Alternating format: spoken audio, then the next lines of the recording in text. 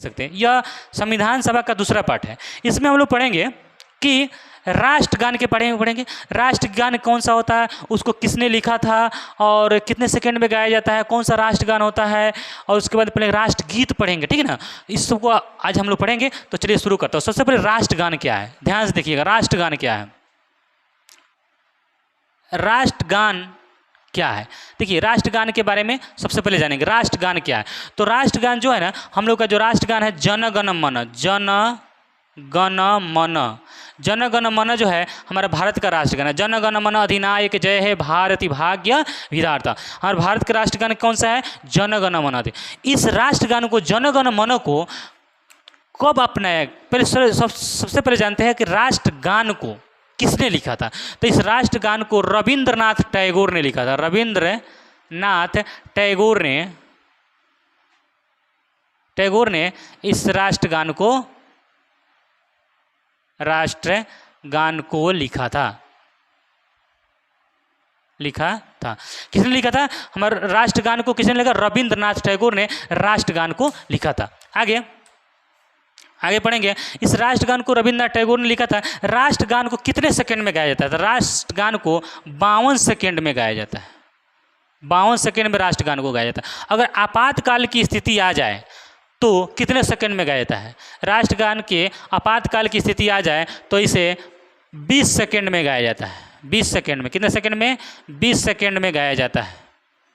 20 second में राष्ट्रगान को कितने, जनगण मन अधिनायक जय हे भारती भाग्य विधाता, पंजाब सिंध गुजरात मराठा द्रविड़ उत्कल बंग हिंद हिमाचल। तो राष्ट्रगान जो है उसको 52 सेकंड में गाया जाता है। अगर आपातकाल की स्थिति आ जाए, अगर मान लेते हैं कोई दुश्मन हमला करने वाला है तो हमारे सैनिक जो है बिना राष्ट्रगीत गाए हुए हमला कर नहीं सकता है।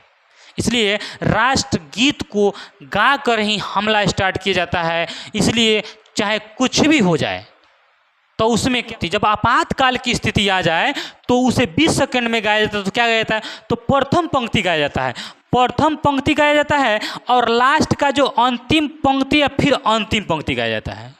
देखिए 20 सेकंड में गाया जाता है कौन, जनगण मन का प्रथम पंक्ति और अंतिम पंक्ति या फिर अंतिम पंक्ति, माने सेकंड अंतिम और अंतिम के बाद, यानी इसके बीच में जो भी है उसको छोड़ दिया जाता है और फटाफट ऊपर वाला गा दिए और दूगो नीचे वाला गा दिए और उसके बाद में लड़ाई स्टार्ट। तो आपातकाल की स्थिति में राष्ट्रगान को कितने सेकंड में गाया जाता है, तो आप समझ गए होंगे, उसको 20 सेकंड में गाया जाता है। पर तो अब पूछा जाएगा कि राष्ट्रगान के समय कौन कौन पंक्ति को गाया जाता है, तो प्रथम पंक्ति को गाया जाता है और अंतिम पंक्ति या फिर अंतिम पंक्ति, यानी सेकेंड अंतिम और फिर अंतिम पंक्ति को गाया जाता है। ठीक है ना। आगे 20 सेकंड हो गया। चलिए आगे प्रश्न को देखते हैं कि इसमें और समझते हैं कि रविंद्रनाथ टैगोर ने लिखा था और इसको सर्वप्रथम कब गाया गया था। ठीक है ना। हाँ, इसको लागू कब किया गया था, जनगण मन को कब लागू किया गया था, तो वहीं 26 जनवरी 1950 ईस्वी को लागू किया गया था।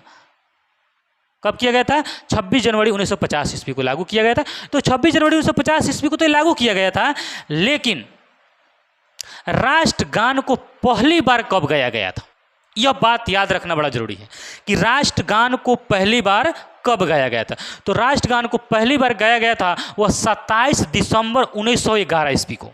कब गाया गया था, 27 दिसंबर 1911 ईस्वी को पहली बार गाया गया था। पहली बार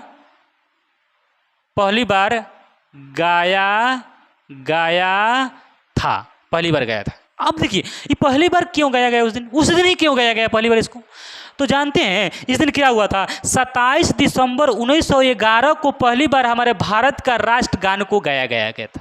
अब देखिएगा इसमें थोड़ा सोचने वाला बात है कि उस दिन क्यों गाया गया। तो हमारे भारत में अंग्रेजों का शासन चल रहा था, अंग्रेज जैसा चाह रहा था वैसा कर रहा था। उस समय अंग्रेज के एक प्रधानमंत्री थे, 1911 में इंग्लैंड के प्रधानमंत्री जॉर्ज पंचम थे। कौन थे, जॉर्ज पंचम। इंग्लैंड के प्रधानमंत्री जॉर्ज पंचम थे। जॉर्ज पंचम जो थे वो भारत आ रहे थे।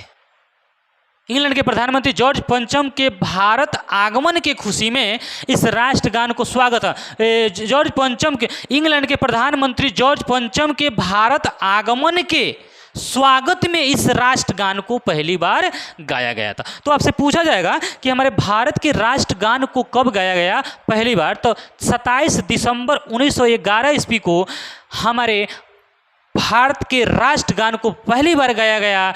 उस समय इंग्लैंड के प्रधानमंत्री जॉर्ज पंचम भारत आए हुए थे, उसी के स्वागत में इस गीत को गाया गया।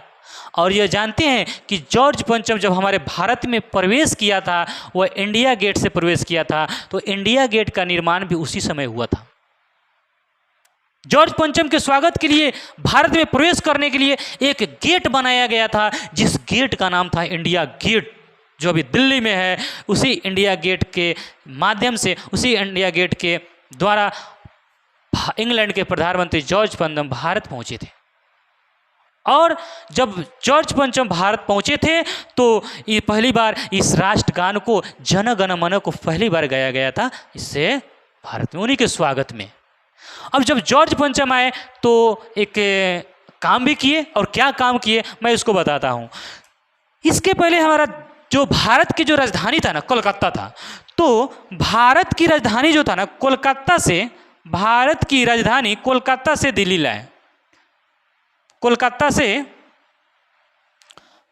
से दिल्ली लाए। भारत की राजधानी पहले कहाँ थी? कोलकाता, कोलकाता से दिल्ली लाए। भारत की राजधानी पहले 1911 से पहले कोलकाता थी, ठीक है ना। कोलकाता से दिल्ली कब लाए? तो वहीं 1911 ईस्वी में, 1911 ईस्वी को जब जॉर्ज पंचम आए थे तो यहाँ पे भारत की राजधानी को कोलकाता से दिल्ली स्थानांतरित कर दिए, ठीक है ना। तो पूछता है कि हमारा भारत की राजधानी कोलकाता से दिल्ली कब बना? तो देखिए, घोषणा तो हो गया था 1911 में ही, घोषणा हो गया था 1911 में, घोषणा हो गया था, ठीक है ना। लेकिन पूरी तरह से जो था ना 1912 में भारत की राजधानी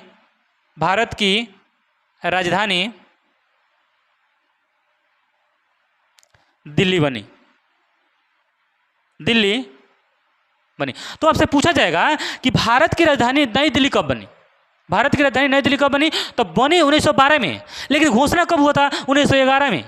1911 में यह घोषणा हुआ कि भारत की राजधानी कोलकाता से ना होकर दिल्ली होगा। और यह घोषणा कौन किया था? तो हमारे इंग्लैंड के प्रधानमंत्री जॉर्ज पंचम साहब आए हुए थे, और उसी खुशी में यहाँ पे उसके स्वागत में राष्ट्रगान को पहली बार गाया गया था। तो जब मैं आपको राष्ट्रगान समझा रहा हूँ तो यह बात भी आपको बताना जरूरी था। आप समझ रहे हैं? अगर यह वीडियो आपको अच्छा लग रहा है तो इसे लाइक भी करिए, तो दोस्तों के साथ शेयर भी करिए। एक संविधान को मैं एकदम इनिशियली से, शुरू से लेकर अंत तक एक एक चीज़ को समझाने की कोशिश करूंगा। तो मेरे इस वीडियो को ज़्यादा से ज़्यादा शेयर करिए। अगर आप शेयर करते हैं तो मुझे अच्छा लगेगा। तो चलिए आगे हम लोग बढ़ते हैं। अब राष्ट्रगान के बारे में पढ़ लिए, उसके बाद राष्ट्रीय गीत क्या है इसको समझेंगे। तो भारत का राष्ट्रीय गीत क्या है? तो भारत का राष्ट्रीय गीत जो है वंदे मातरम है। वंदे मातरम भारत का राष्ट्रीय गीत क्या है? वंदे मातरम। सुजलाम सुफलाम मलयज। इसमें कितने पद होता है? तो इसमें 7 पद होता है। इसमें कितना पद होता है? इसमें 7 पद है। कितना पद है? इसमें 7 पद है। 7 पद यानी इसमें कितने पंक्ति? इसमें 7 पंक्तियां हैं। कितने पंक्तियां हैं? 7 पंक्तियां। 7 पंक्तियां हैं और पंक्तियां है। इसको किसने लिखा? पहले इसको कितने सेकंड में गाया जाता है? 65 सेकंड में इसको गाया जाता है। राष्ट्रगीत को कितने सेकंड में? 65 सेकंड में गाया जाता है। और राष्ट्रगान को 52 सेकंड में गाया जाता है। राष्ट्रगीत को 65 सेकंड और राष्ट्रगान को 52 सेकंड। राष्ट्रगीत वंदे मातरम है, राष्ट्रगान जन गण मन है। और इसमें कितने पंक्तियां हैं? 7 पंक्तियां हैं और इसको गाया जाता है 65 सेकंड में। इसको लिखा किसने था? तो इसको बंकिम चंद्र चटर्जी ने। राष्ट्रगीत को लिखा है बंकिम चंद्र चटर्जी। बंकिम चटर्जी ने लिखा है।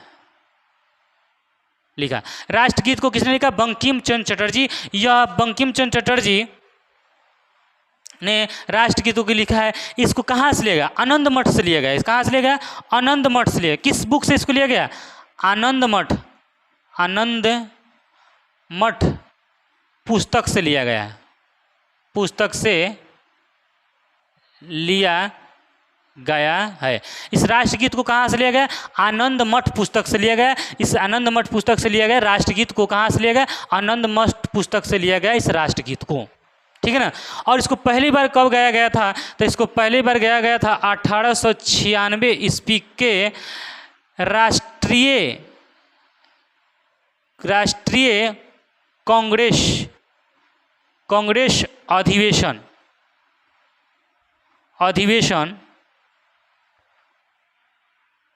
कोलकाता में एक राष्ट्रीय अधिवेशन हुआ था। राष्ट्रीय अधिवेशन क्या है? राष्ट्रीय कांग्रेस अधिवेशन क्या है हम आपको बताएंगे कि 1885 ईस्वी में राष्ट्रीय कांग्रेस की स्थापना हुआ था। 1885 ईस्वी में हमारे भारतीय राष्ट्रीय कांग्रेस की स्थापना हुआ था। इसका जो अध्यक्ष था वह बंकिम चंद्र चटर्जी था। कौन था? डब्ल्यू.सी. बनर्जी था। डब्ल्यू.सी. बनर्जी था इसका अध्यक्ष था। इसका स्थापना ए.ओ. ह्यूम ने किया था। इसकी स्थापना किसने किया था? ए ह्यूम। 1885 ईस्वी में भारतीय राष्ट्रीय कांग्रेस की स्थापना हुई थी 1885 ईस्वी में। और इसका जो अध्यक्ष था, प्रथम अध्यक्ष था, वह डब्ल्यू.सी. बनर्जी थे, वीरेंद्र चंद्र बनर्जी। यह 1885 में बना और बन के हर साल इसका अधिवेशन होता था। 1885 में बनकर तैयार हुआ। इस संविधान से कांग्रेस का हर साल अधिवेशन होता था। तो ये 1896 में एक अधिवेशन हुआ था जिसमें इसी अधिवेशन में इस गीत को गाया गया था बंकिम चंद्र चटर्जी के द्वारा। इस गीत को लिखा गया था बंकिम चंद्र चटर्जी के द्वारा। इस आनंद मठ पुस्तक से लिया गया है और इसको पहली बार 1896 के राष्ट्रीय कांग्रेस अधिवेशन कोलकाता में हुआ था, उसमें इसको पहली बार गाया गया था। तो पूछेगा राष्ट्रगीत को पहली बार कब गाया गया था? तो हमारे भारतीय राष्ट्रीय कांग्रेस का अधिवेशन कोलकाता 1896 में हुआ था। उसी अधिवेशन में यह पहली बार गीत को गाया गया था। और जन गण मन कब गाया गया था? तो जन गण मन 27 दिसंबर 1911 ईस्वी को भारतीय राष्ट्रीय कांग्रेस का अधिवेशन जो कोलकाता में हुआ था, उस अधिवेशन में पहली बार राष्ट्रगान को गाया गया। और उसी में जॉर्ज पंचम साहब आए थे और उन्होंने कलकत्ता से दिल्ली भारत की राजधानी को हस्तांतरित किए, ठीक है। इस तरह से राष्ट्रीय गीत क्या है, राष्ट्रीय ज्ञान क्या है, इस तरह से हम लोग सभी को पढ़ लिए, ठीक है ना। राष्ट्रगीत क्या है, राष्ट्रगान क्या है। हमारा राष्ट्रीय पशु कौन सा है? अब आपसे पूछा जाएगा कि राष्ट्रीय पशु क्या है, तो हमारा भारत का राष्ट्रीय पशु जो है वो बाघ है। भारत का राष्ट्रीय पशु कौन सा है? तो भारत का राष्ट्रीय पशु बाघ है। क्या है? बाघ। भारत का राष्ट्रीय पशु क्या है? बाघ। इसका वैज्ञानिक नाम क्या है? Panther Tigris.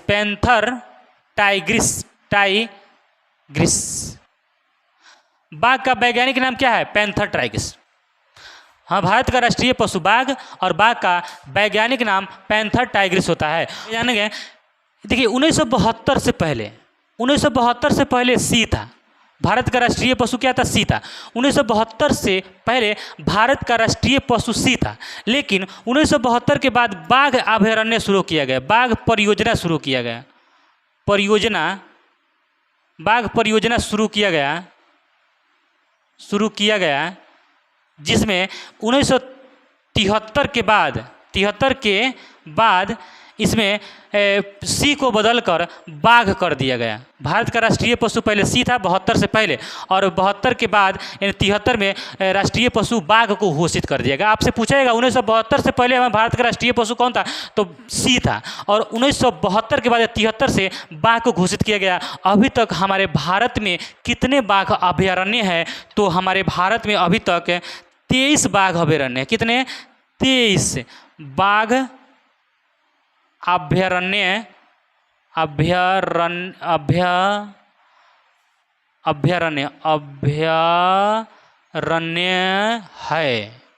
कितने हैं?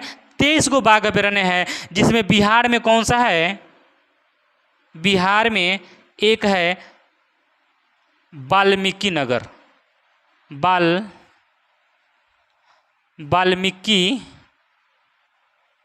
नगर बाघ अभयारण्य